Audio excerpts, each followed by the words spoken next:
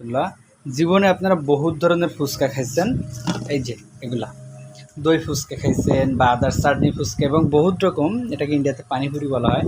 তো আসেন আজকে একটু নতুন ফুচকা বানানো দেখো আপনাদেরকে। এখানে দেখেন এই যে ফুচকা আছে, তো আমি আজকে একটা নতুন ফুচকা আপনাদেরকে বানিয়ে দেখাবো।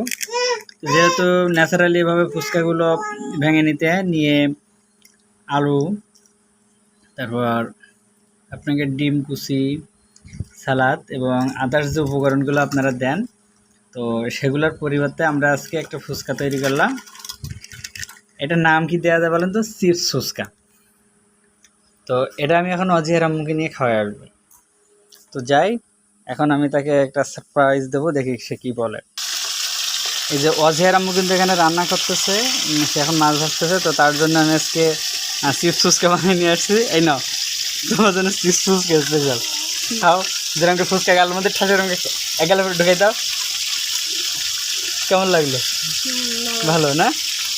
সব উদ্ভট কোয়ালিটির এবং আধুনিক কোনো ফুচকা যদি আপনারা খাইতে চান, তা আইডিয়া শুধু আমার তারা আইডিয়া নেওয়ার জন্য আমার সাথে কন্ট্যাক্ট করতে পারেন।